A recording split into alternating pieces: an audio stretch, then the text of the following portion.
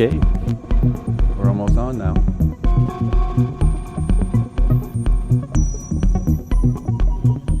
Oh no. Hello everybody. It's Abe Duque here once again. What's that sound we hear? I got my little setup here, just kind of jamming, spending some time with my sound makers before I come online. Anyway, welcome to the show. This is Friday's 343 TV show, which is my show. What show is it? Well, we do basics here, and we've been doing production basics recently. I'm just gonna interject with with my sound throughout the whole show today. Let's add some more. Let's add some bass here, or some low end. Let me add some effect. I see everybody's in the chat already. Wow, this chat is filling up fast today. Fast, really fast. That's great. 17 people already, as far as I see in here. It's crazy. Just gonna get distracted by playing with my machines here. Let's see who's in the chat. Jonathan Rodriguez is in the chat. Hello, Jonathan. La Nouvelle, always here, as far as I've seen. At least in the last few shows. Who else is in the show? Robot Dharma is always here. Yeah, he's always commenting on how I'm kind of punctual here with things.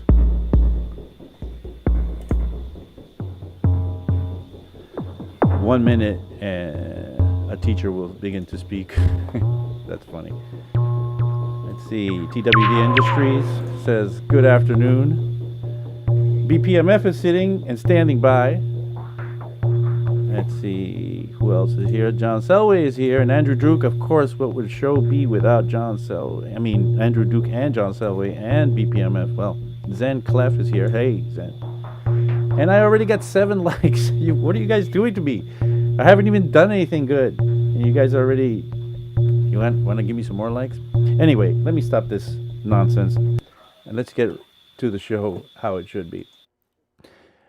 All right, those are my guests coming up. That's Jason. This is what we have awaiting you guys a little later. But for now, let me just go to my screen and talk to you guys about what we're actually watching. This is 343 TV. My name is Abe Duque. This is the Production Basics show. We'll be doing a lot about, what were we talking about today? I think we were talking about finishing tracks today. I think that's what the thumbnail says.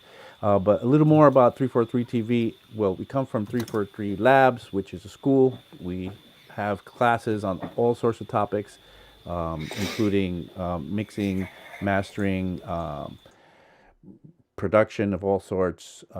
If you can imagine maybe even some sound design. I think John Selway, who you might have seen peeking a little window there in a little bit ago, he's heading our sound design department, or I think he calls it sound design for music producers. We have vocal production classes, we have music theory classes, we have everything. Go to our website, 343labs.com, 343labs.de. Check out when the class schedules are. We have online classes and physical classes in both New York City and Berlin right now. And Berlin seems to be going on fire right now. Anyway, okay, today's class is brought to you by... Did we have... Hey, Thomas is in the chat. Did we have a giveaway this week? Did we have a sponsor this week? I don't recall somebody telling me about it. But usually the giveaways are done at the end of the week. I think maybe on Pseudo Pulse. No, that's not the sponsor. John's show, which is tomorrow, is where we usually have the giveaway being given out.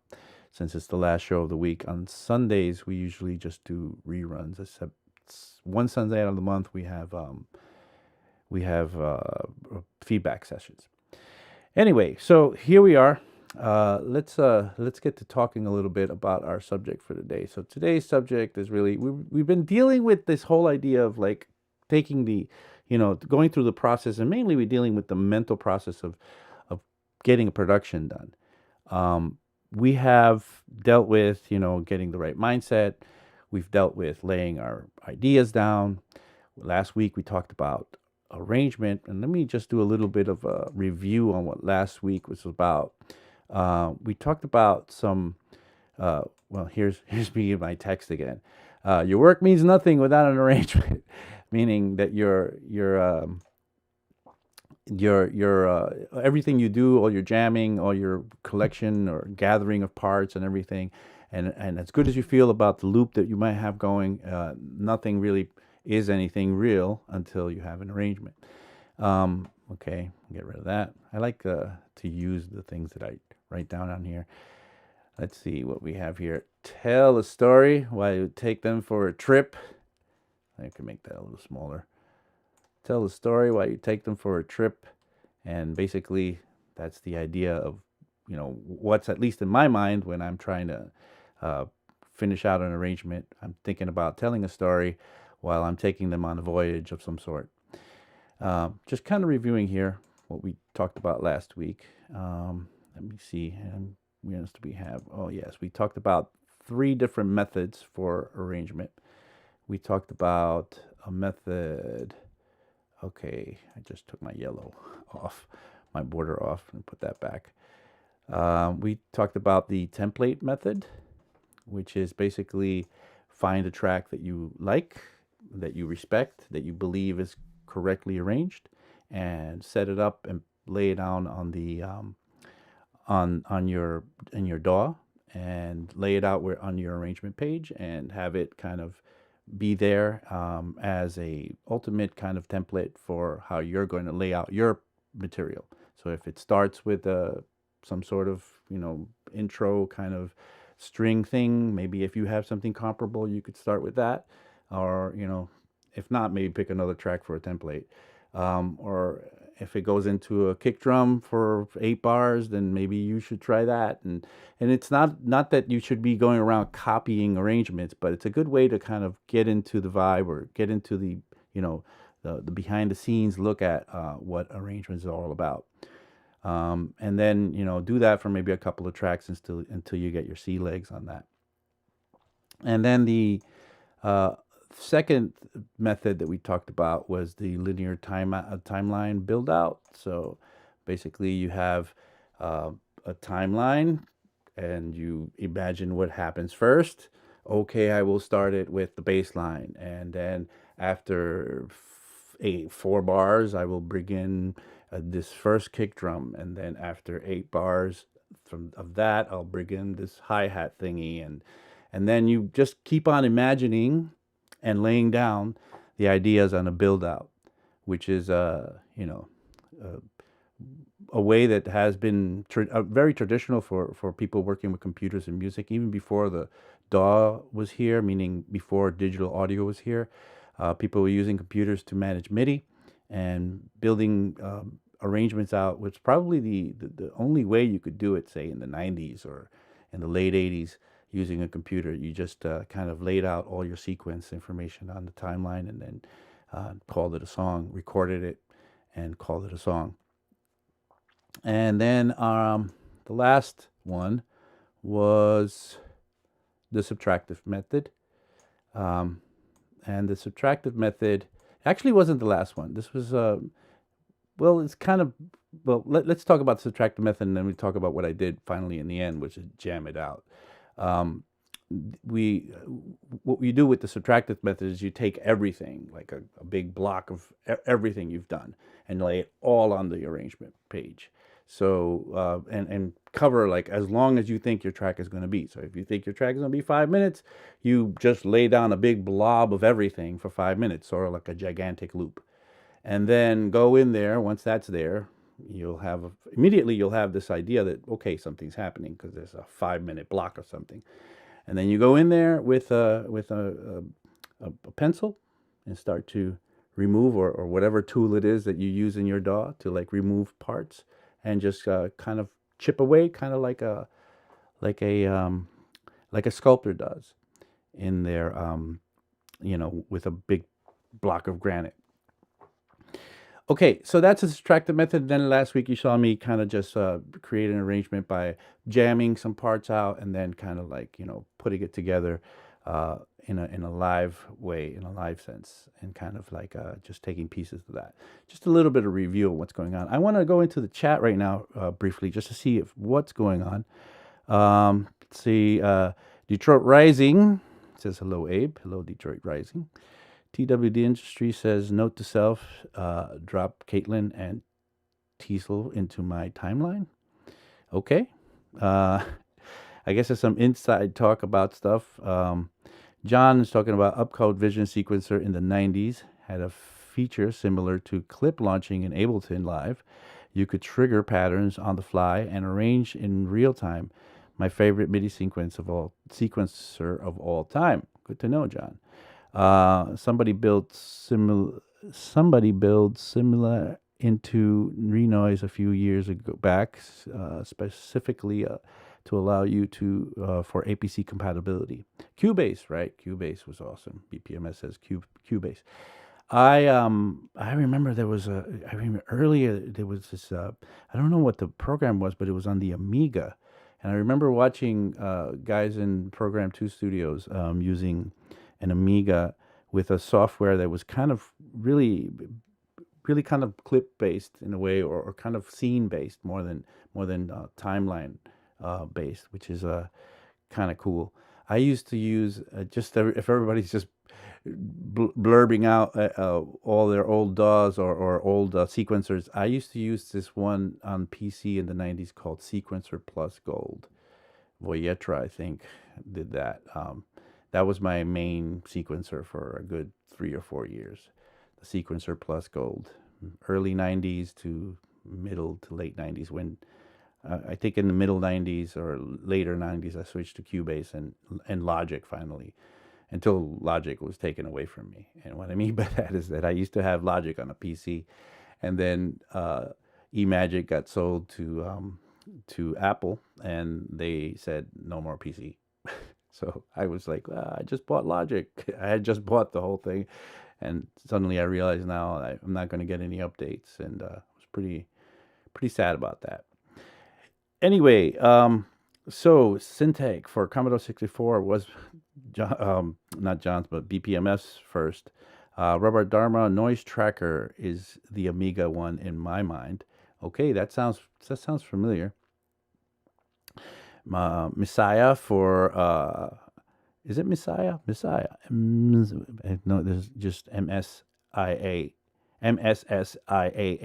for Commodore 64 in the mix.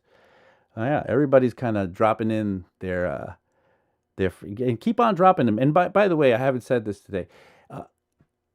Send your questions in. Send your topics to discuss in the chat. I'm constantly kind of distracted looking at the chat, trying to see what you guys are talking about, and I even feel left out when you guys have a little conversation going on there while I'm over here talking about whatever.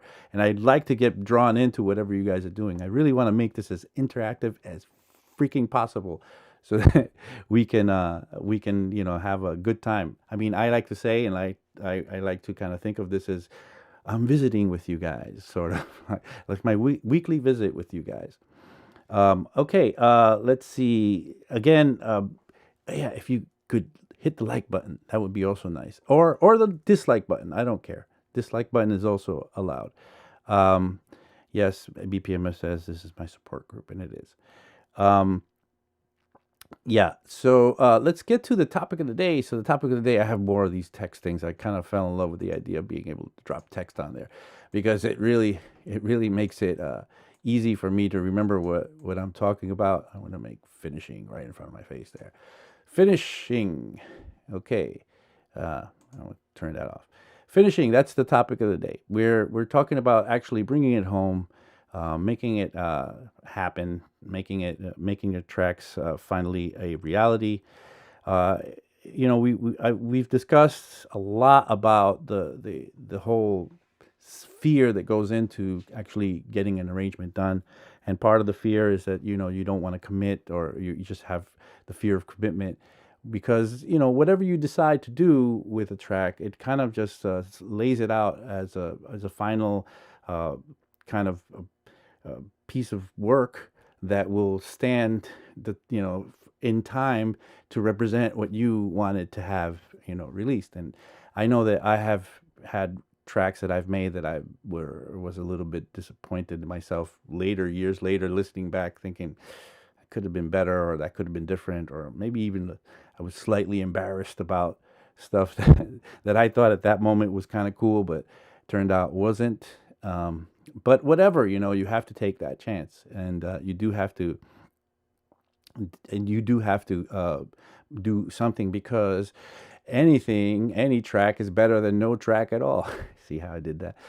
I'm trying to get good at this. Let's see what's going on in the chat. Question: I have a hard time finishing tracks. I have been a producer for 7 years, and a lot of times I work on a track, and at a certain point I get inspiration to write, so I move on to a new project. And this is like not a very uncommon thing to have happen. I've even discussed this in the last few classes where this happens. Look, I'll tell you why it happens to me, and why it happens to me is because I get to a point where it actually becomes tough. It actually becomes a fight. It actually becomes, work, and becomes even stressy, and fear is all around when I'm trying to like lay down an arrangement. It's much less. It's much less commitment, much more fun when you just having fun building a new track, throwing pieces together. That especially if you're working with something like Bitwig or Ableton in Logic these days, it's so easy to like just get little elements together and throw them together and have something going on within 20 minutes, and you're like, wow, I'm happy now because something happened that made me feel like I did something today. So yeah, it's a problem. But when you start seeing that you have 300 finished, I had somebody tell me in one of the chats, it was like 300, one person had 300 unfinished projects.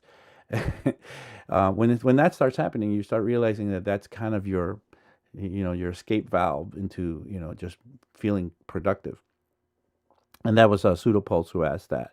So you just kind of, get through it. Just can't keep on moving. And if you're scared, you do it scared. You do it while you're afraid. TWD Industry says, is totally fine. Finally, the day I talk trackers with people in the comments. I started late with LSDJ, but I like that it is still a thriving niche. Yes, it is good to get nerdy and talk about these things. Okay. So let's go on. Let's go on. Any track is better than no track, meaning any finished piece of work is better than no finished piece of work at all. So here's the question: when is a track finished? When is a track finished? And I think this is a good time to ask you guys to first of all subscribe to the channel if you haven't already. We're trying to get to 100,000 subscriptions before the end of the year. We were trying to get to 1 million, but we saw that was out of our league here. We're trying to play in our own little lane here, stay in our lane, and so 100,000 subscriptions by the end of the year. Right now we're at 5,000 something. So let's get you to hit that subscribe button and subscribe, and also hit the notification bell so that you know when this show is going to come on, and that or when all our shows come on. We stream every day at 1 o'clock every day. Oh wow, Sabrina Jacob, oh, Lusta is in the house now. I'm nervous. I always say that when one of my good old friends come that I haven't seen in a long time. Hey. Hello, Sabrina. Sabrina is a producer, DJ. We used to do parties here in New York. We've had a lot of time it's been a lot of time since I've seen her, but just thinking about the parties that we used to do, our Fight Club parties in New York, they were a lot of fun and a lot of very successful parties. And now she's in Berlin, and she's doing her thing in Berlin. Now, there's an actual question coming in from DWD Industries. Thoughts on dipping into the folder of misfit stems to cobble together a Franken track out of old abandoned sequences? Why not? Really, why not? Why not? I mean, however you can make it happen, nobody's gonna wonder, when the track is released and you play it and it's amazing. Nobody's gonna be like, yeah, but you went into your secret folder of whatever misfit tracks or pieces, and you put that together that way. Nobody's gonna care if it's amazing. If that's the way you come about getting amazing, then hey, all right. This is the time now. This is the real time. You guys saw a little preview of what was coming. I have a couple of guests here sitting by, and you guys probably know who they are by now. And I'm going to bring them in right now, and I hope they're ready for this. Let's see. There they are. These guys are just staring. Jason is BPMF, Jason Sostek, BPMF, also known as, is sitting to my left.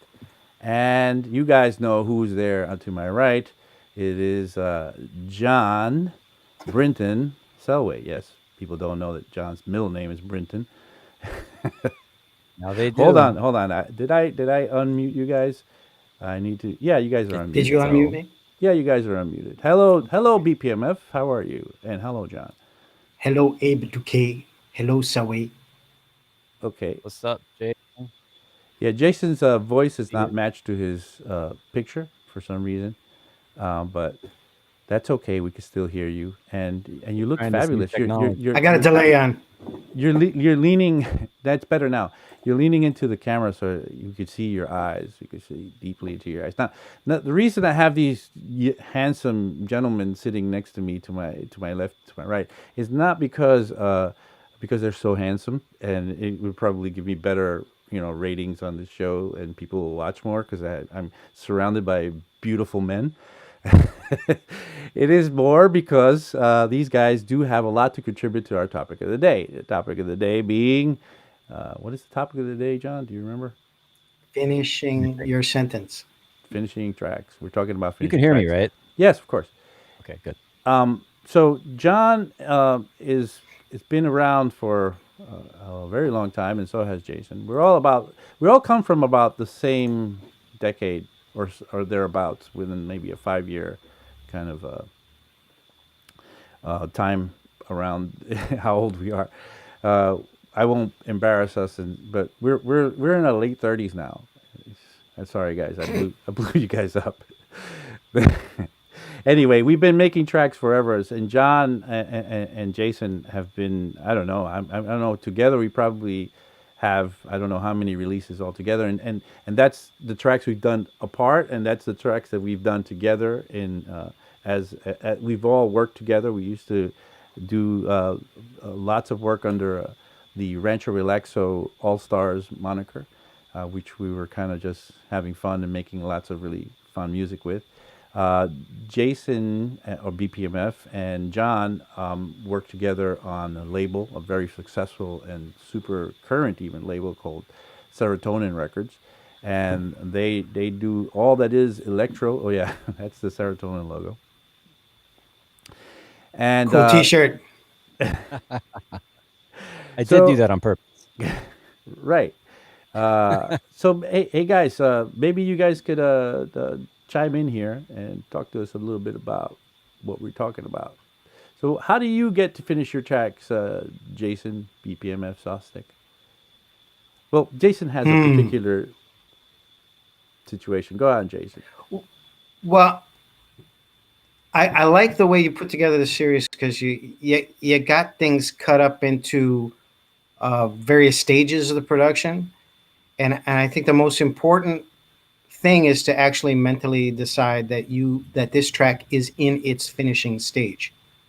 And if it's not, and you're sick of it and you put it aside, that's just what you have to do that day. If you're not feeling that track, you don't push it into the finishing stage if there's still fat to cut out or there's still things that need to be done.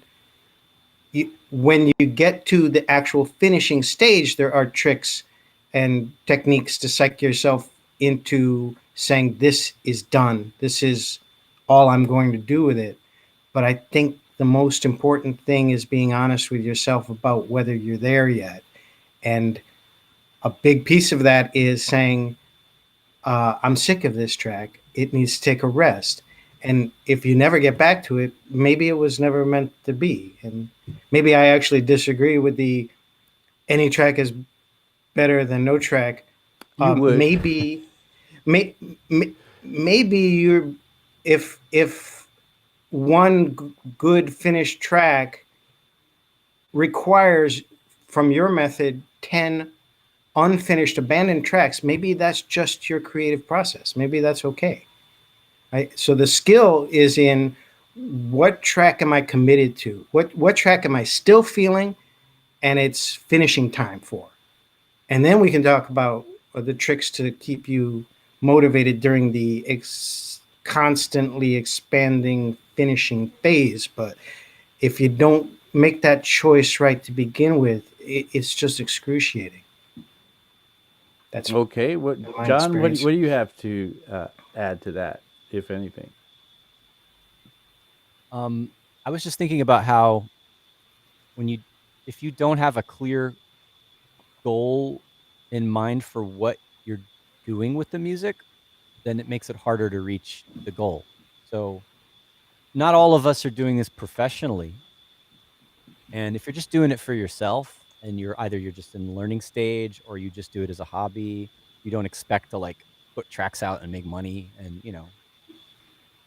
there's the whole business side of it, which if you're involved in this as a job, if you're making music for, like, let's say you're lucky enough to like make music for film and television and you still have opportunities to get or you're just thinking you make a few bucks here and there, like streaming and selling downloads on Bandcamp or whatever.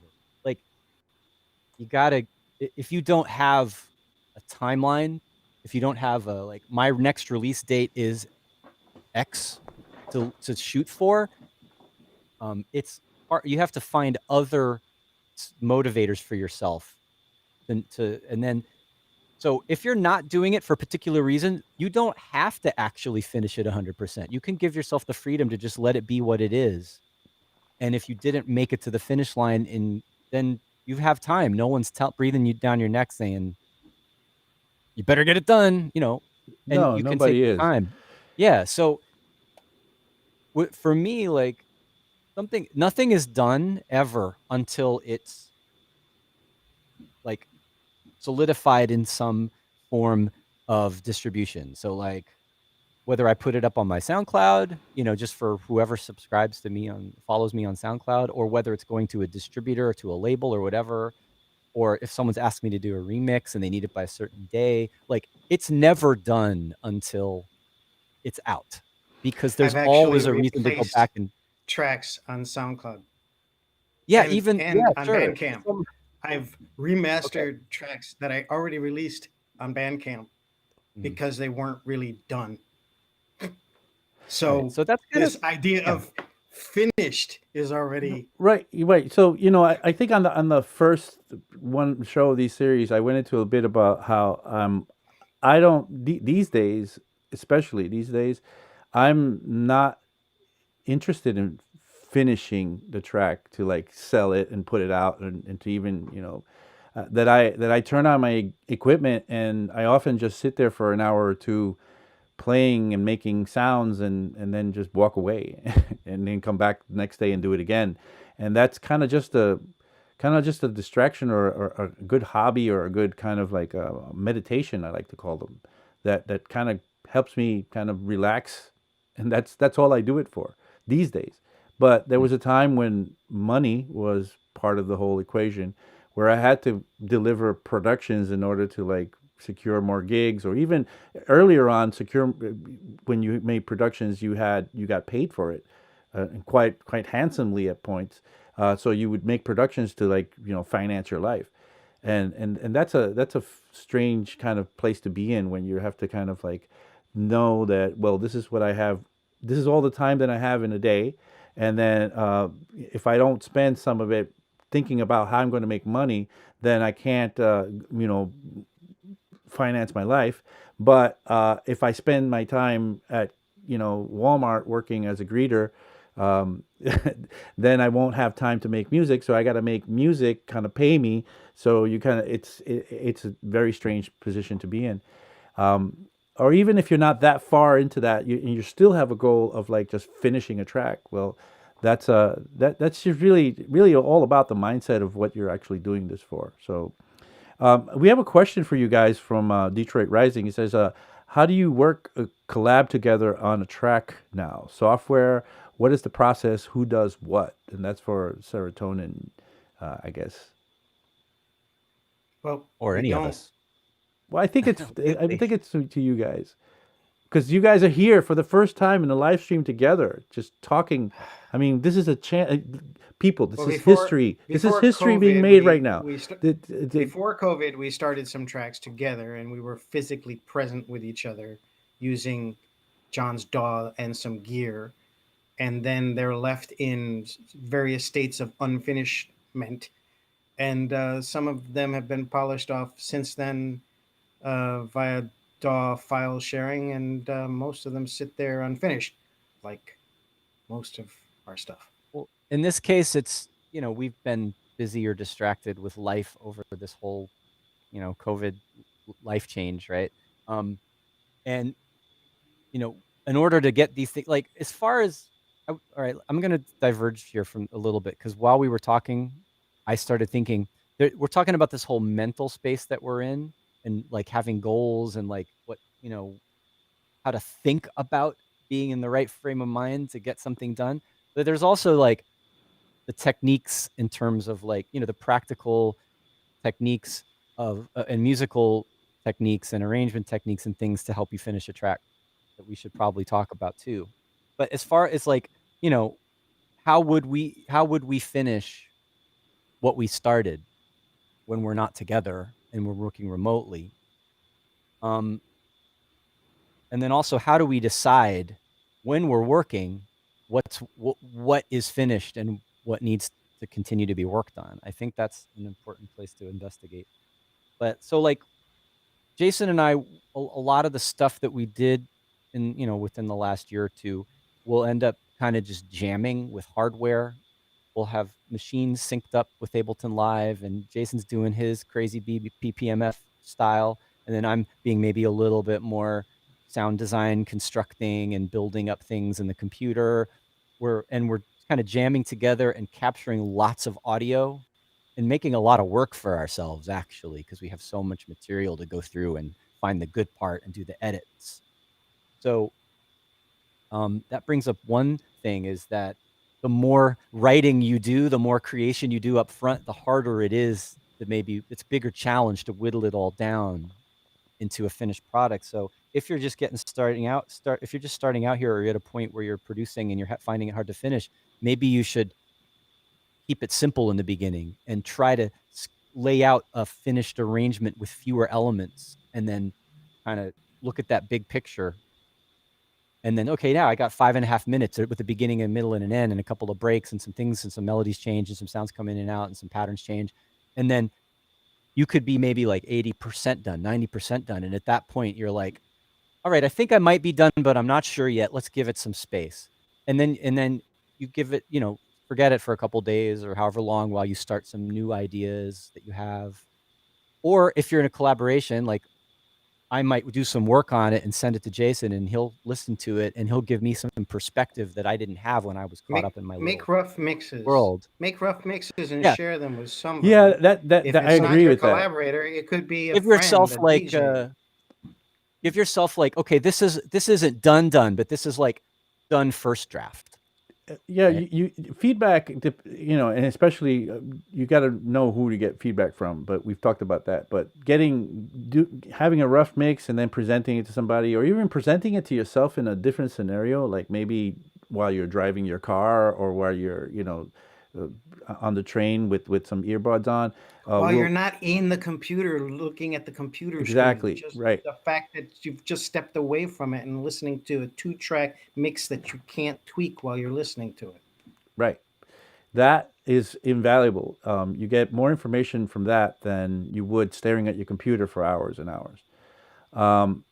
So great. So we have some more questions. I really do want to get into these questions because I love it when you guys kind of come in here and talk with us.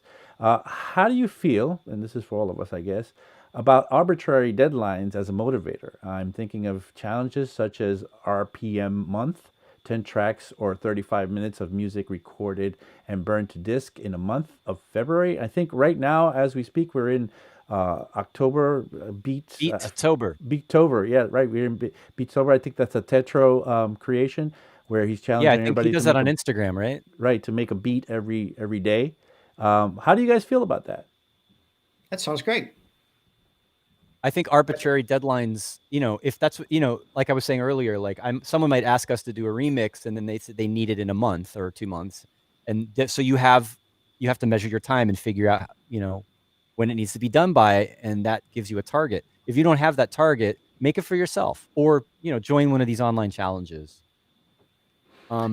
Still though, you might set your goal for 4 weeks or a week or 2 months to have a finished product. What if it's like the week before and you're still 75% and you're stuck? How do you finish, like literally go through that? What actions do you need to take to finish a piece of music? How do you know it's done, even if, it's like the day before the deadline and you're kind of almost done, but you're not sure? How do you, Then you get Jason to I'm whip you asking into you guys. shape. Well, if Yeah, unless you're sure. in a situation where you're doing a remix or there's a very specific requirement on what the track is, your requirement is to get a track done by a certain date. So a week before you're 75% done with the one that you thought had the best shot and you're not feeling it anymore. Then you go through the unfinished folder and you say, which of these tracks are more than 50% done? Am I feeling more? And you go for it. And you'll likely be more successful with those than the one that you've been tearing your hair out. Nobody cares which particular track you give them, just that it's finished and you like it and it's good. Unless, of course, it's a remix and it's got to have elements of something. But I'm not saying you have to start. You don't have a week. You can't start from scratch. But isn't it great to have this whole library of unfinished tracks lying around? It's worked for me. It has actually come into play where the track I was trying to do was not moving. The track in the folder, I was still feeling it. Got it done. I think the one of the best things for me, at least, one of the best things that you could have is a deadline, like a hard deadline. Like I remember because I'll procrastinate forever, and I'll just find an excuse not to finish something and to tweak it, continue to tweak it, and make it try because I think it can be always better and can always be better. I think wasn't it David Bowie that said something about you don't ever finish a track, you just walk away at one point. And the way that I got myself to walk away was this was a time when I was making a lot of vinyl releases. I would schedule the cutting session for a particular day. And I knew that it was very hard to reschedule that, and everything was ready to go, and I would go up to those cutting sessions. So if I had a cutting session on Friday, I was usually up at Thursday at 4 in the morning, cramming and finishing it up, but it was getting finished that Thursday, the day or that morning before I went to the cutting session. And I found We need mastering engineers that'll do that for us. what? Look, only take a track from me on one particular day a month. And if I miss it, don't take it again from me. But Right. have you ever done that, Abe? Have you ever, like, a week before deadline, just swap out the track that you're working on? Oh yeah. Oh yeah. Oh, mean, you actually just live make a track from scratch, but I mean actually go through the unfinished folder and pick something that was half started. what do you mean? Like it changes No, I'm completely? saying your intention was to get this track done for the deadline, and you were working on it for a few weeks. And then And you then a weren't month feeling before it the and switched it deadline, you out? weren't feeling it anymore, and you Yeah. went to a different unfinished track and said, "Okay, I'm going to finish this one." Yeah, it's definitely happened. You just kind of lose faith in what you're doing and you figure out no, I need another direction. So that library of unfinished tracks can be a resource for Oh, you. it's totally a resource. I mean, yeah, I mean, you So don't got let to it bum you catalog out. it Figure out how to correctly so use that you it. can get to Yeah. to what you're looking for. Because if you just have a big, sea of things, you won't be able to. You'll be just dipping in there and randomly trying to find something. Organize them, give them descriptive names, blah, blah, blah. Right. I just want to read more of these questions because they're really good today. Robert Dharma says, when I read interviews with rock and roll producers, it seems like a lot of their work is saying when something is good enough or needs more. A lot sorry, I need better glasses. A lot more hands off than here in electronic music land. This is not a question. This is just a comment. And then La Novelle says, quite challenging to maintain focus on only one work, but necessary if result is desired. As my mom used to say, hocus pocus, focus, focus. Nice. I'm gonna say that to my kids in their online. Yeah, I'm gonna say school that right one now. too. I'm stealing that one. It's my Thanks favorite to Danish La prog Novelle's rock band. I just want to say something quickly. That whole, like, when you talk about rock and roll producers, I think, like, what we think of producers in electronic music and what we think of producers in general in, like, let's say music and TV and film is producers are decision makers, not necessarily the people doing everything hands on. When we talk about producers in, like, this world, or like in maybe more so like in modern popular music, it's more like this person is actually playing the stuff. You're producing has different meanings. So I like yeah, to call rocket producers project managers. Sure. Yeah, like a producer in the sense of like someone who is like working with a rock band in the studio. They're not actually playing the instruments or writing the songs. They're just directing the guys. I think even like director is a better term for it in that position. But anyway, I also So La Novelle says, why worry about it? Either you will do it or not do it, or not. But the thing is, what if you're getting paid from this, and this is the way that you're making a living? You do have to worry about it. That's the problem. In a world where you're not worried about, or in a situation where you're not worried about that being your paid, and a lot of times it's getting more and more with everybody that way, where a lot more people are just making music just for the sake of the art, which is awesome. Well, Then I still have pressure, even though I'm not getting paid very much. There are friends of mine who are running cool labels, that are cool projects that I want to support, and they have deadlines because they're putting together a compilation, or they have to do mastering, or whatever they have to do. There might not be any money involved at all. It's just that I want to be involved in the project. I like them. I want to support them, and they have it would be cool if you are not in a commercial space, but you feel that pressure would help you to get involved with some smaller independent underground labels that might be very interested in your material. They will give you a deadline. It may not be a drop dead kill you kind of deadline, but then you'll learn how to work with deadlines. right on. So with that, I think Jason needs to run early today. Is that correct? You need to. Yeah, I got a meeting. He's got a meeting. Just give you a little chance to talk about Schmur. We haven't mentioned Schmur. Schmur is what is Schmur? Schmurz is a sub-label of Serotonin. You see, Serotonin is a label that's dedicated to the revival of funky electronic sounds. Schmur is a techno label. That means boom, boom, boom, boom. There's Or been quite not. a lot of Schmur happening in the last year or Yeah, so.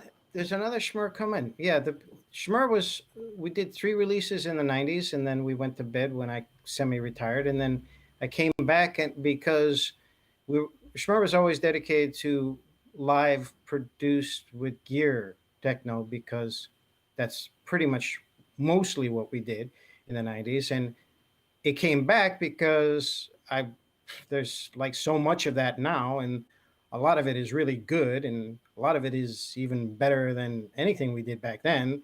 And I'm feeling it. I'm feeling techno made with gear. Some of it, a lot of it's still. It's bigger now, so there's more of everything. There's more good stuff, and there's more lousy stuff, and here's Schmur still schmurring on And everything. you're releasing vinyl, is that correct? Not yeah.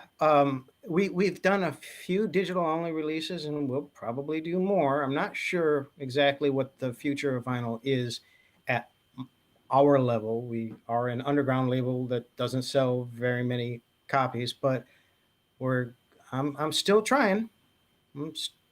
I've got at least two more planned out. Let's see how it goes. All right, guys. So thanks for joining us. I'm going to say goodbye to you guys. I got a couple other things I want to do before the time is over here. So I know that Jason has to go. I'm going to just thank you guys for coming through. You guys, I respect both of you, and I've learned so much from you guys throughout the years. And it's great to have you sitting here kind of giving your ideas to everybody else about what it means today, what it means to finish. And this is probably not the last time you're going to see these two characters around here. Keep up the good work, Abe. Well, we're trying. Anyway, thanks, guys, and see you soon. Hasta la vista. Later. Sorry, I think I cut out John there. Wait, John might want to come back. Hold on. John? Oh, no, still I'm here. back too. You could leave. went I'm like out that. of here. I'm No, gone. you're gone. John, did you want to say something? I didn't want to cut you off. I had just said, thanks, Abe, and giving you the thumbs Oh, up. I didn't want to be rude. It sounded like you had something really important to say. But okay. You got it, man. We can talk about it another time. I've always got things I can talk about, but yeah, let's do this again. Okay, let's do this again. All right, bye. All right, everybody. It's 1:46. We have little time left. I wanted to just make sure again to let you know that you're watching 343 TV. I know that Thomas is in the chat, and I think Max is in the chat. If you could help me out, I don't know what it is that we're giving away this week, and if you guys want to kind of put in a link or something like that for whatever the giveaway is this week, I know we're giving away something. What we're really giving away is a lot of knowledge for you guys that we're sitting here every day talking about everything we can and everything we know about. So I think that is the real prize for you guys that sit here and watch us. Hopefully, at least I hope that's the case. So if you guys would in the chat, if Thomas or Max can hear me saying this, maybe you guys can add that in there. Again, 343 TV. We stream every day at 1 o'clock, and we have shows stemming from tips and tricks. We have interview shows. We have shows based on music theory. We have shows. We just come here, be here every day at 1 o'clock, and you're gonna have a lot of fun seeing what is there and what the topic of the day is. And remember that 343 Labs is our school. We have plenty of online classes. If you guys like the content that you're seeing here, please check out our class schedules. There's a lot of classes coming up, and just like we talk about here, the stuff we actually have more information to give you, and it's actually kind of structured, and there's an amazing curriculum that we've been working with to get people going and training them up to be the best producers and songwriters and artists that they can be. Anyway, I just wanted to take a little time. See, I have a DAW here, and I want to show you what a finished track looked for me, and it's just kind of a fun thing. A finished track for me in the well, this track was probably one of the biggest tracks I've ever made, and I just dug it up yesterday just for fun to see if I could to see what the story would be if I could find it. Actually, I made it with Ableton in 2005. This was actually, I believe, Ableton 5, and this track is I called it Acid, and it was found on a compilation that, hold on, maybe I need to put myself in the picture here, and I don't know how to put myself in the picture. I think I am in the picture. Okay. Basically the track is this, and it was a very simple track. It was a time that I didn't even do too much arrangement or anything, and that's basically the track right there. I'll play you a little bit of it. I don't know if it's too loud or so. I'll just make sure that it's coming through, and I'll just fast forward through it. Tonight is fine. And I'll keep on fast forwarding. This was the track. This is 2005, so 15 years ago I did this track. It was pretty big for me. And the vocals are done by Blake Baxter, a Detroit legend, one of my best friends, and he really I got my mind made up. Come on, you can get it anytime. delivered with this track. But this is the arrangement. Doesn't look too complicated, but it kind of worked out, and it's a simple formula, and it worked out. But I basically don't want to break down this arrangement for you guys. I just want to talk to you guys a little bit about what happens after you finish a track and how you can maybe prep it. I'm going to go flash quickly in the last 10 minutes, trying to show you how I would go in here and do a little bit of master bus treatment. So the track is mixed, and you could say that we could talk a lot about mixing, and I'm thinking about expanding this production tips sort of show that we're doing into maybe the next topic should be based around mixing and maybe a bit of mastering. But I think there's a trifecta of things that you do need to add, especially to a house track. And when it's a house track, I usually will come in here and drop an EQ. Sorry, I just want to make sure that I'm on the master. I'll drop an EQ just to cut out the low stuff that I don't need. So you see all that low stuff down here. I really don't need that in the house track. When there's a lot going on, when there's a bass line competing with a kick and it's moving quite fast at you, you want to have this kind of like, taken care of. Then I might add a little bit of compression. Now I'm not mastering this track right now. I'm just adding a little bit of like flavor to it. So maybe I'll add a plugin Come on, you can get it anytime. from, Tonight is fine. let's say, where are my, so these are the audio units, and I need my universal audio stuff. I might want to add some enhansive EQ after I do my reductive EQ, and I'll do that with like a Pultec maybe. So I'm trying to rush here to get it in within time, what I'm doing now. So drop this Pultec in there. This Pultec is magic. You see, in the low end is okay, but if I come in here and add a little bit extra low end there. Now I don't want to, I'm getting to the point where I might be peaking there, so I'm gonna give me some more headroom there. So I can add some nice bottom. So this is a nice 30 hertz, which I can compress as well. Just wanted to add a little bottom to that. And then maybe I'm gonna add some bus compression. And I think my favorite bus compressor right now is the, where is it? Maybe it's in the audio units again. Is the Magic Death Eye. Magic Death Eye is pretty awesome. So bring down the threshold a bit. Get that kind of pumping in there. Pick one of these correct time constants. Maybe do the filtering thing. And if you want to learn more about what I'm doing, you can sign up for my next mixing and mastering class. Go on the website, check it out. You can see what is actually happening here in detail, and a lot more detail. But I'm trying to beat the clock here with a little bit of master bus treatment. And now that that's going on there, maybe I think I want a second EQ as well, because I did the Pultec for it. I'm jumping around the way that I'm doing this because I'm just trying to feel this out. But I'm going to use this Neve 1073. Where is it?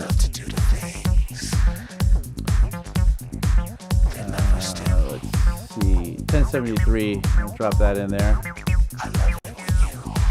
And I'm doing that before the Magic Death Eye, but I wanted a little bit of high end added there. So just to give it a little more.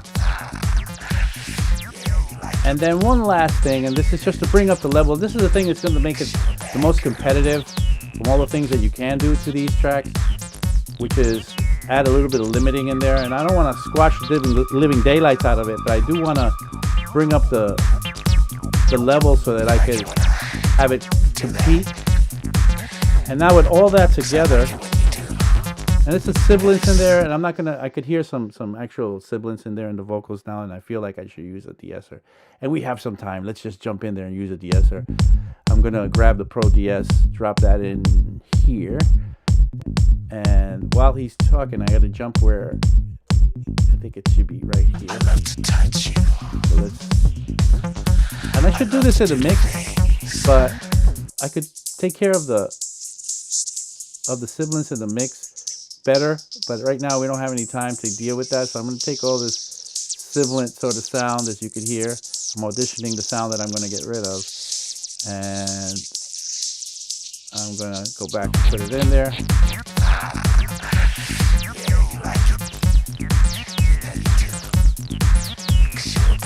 And that's going to be a little better now.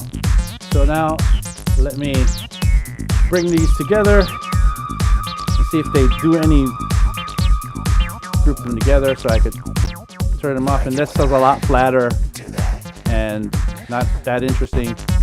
And this kind of brings it out a little more. So a flash master treatment, it's not mastering. If I'm mastering a track, it would probably take me an hour of like testing things out and doing all sorts of very different things, and I probably end up using 10 more plugins as I did this. But just wanted to kind of give you a foreshadowing of what might be coming up in classes to come. I think in maybe in the next classes, I just submitted they asked us to submit topics for the classes coming up, and a lot of the topics that I've submitted are based on effects and maybe things that go into mixing. But then moving on to the next set of topics is going to be more about what's happening in the mastering.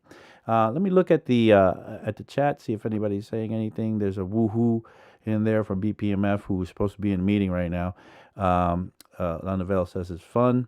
Neil Land, that sounds lit. Thank you very much, Neil Land. Andrew Duque saying thank you to BPMF and John Selway. And yeah, thanks so much, guys, for coming in. It made it much easier for me to get through this. I like to say it's a class, but it's really kind of a visit that I have with you guys every week.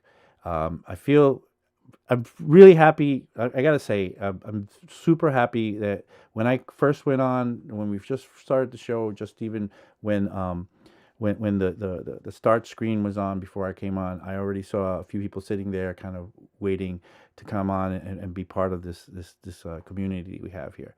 And I felt, to me, I'm very humbled by this. I'm super happy that you guys choose to spend this hour with me and to talk to me. So I'm always trying to think of new things to do and to put this and make this stream more interesting for you guys, more of a payoff for your investment of sitting here for an hour with me. And I'm very happy that you do that, and that you listen to what I have to say, and that you are so involved in the chat.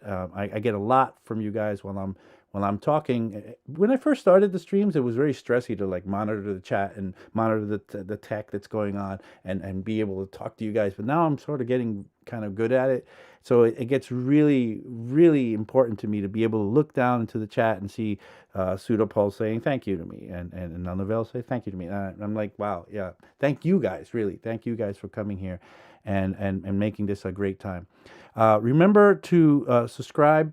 Remember to hit the dislike button or the like button, whichever you want to hit. I'd be happy with either. I don't care, as long as you're that involved that you have an opinion. Please hit the like button or dislike button. Yeah, I guess I'm gonna say goodbye to you guys in the next minute or so. We're at the last minute of our show, and we'll see each other again next week. Where we'll have, I won't tell you what we'll be talking about. I'll let that be kind of a little bit of a surprise. You'll have to look for the thumbnail coming up in the next few days. Jonathan Rodriguez, thank you, Abe. Enjoying the content. Adios, says John Selway. And with that, I'm going to say goodbye.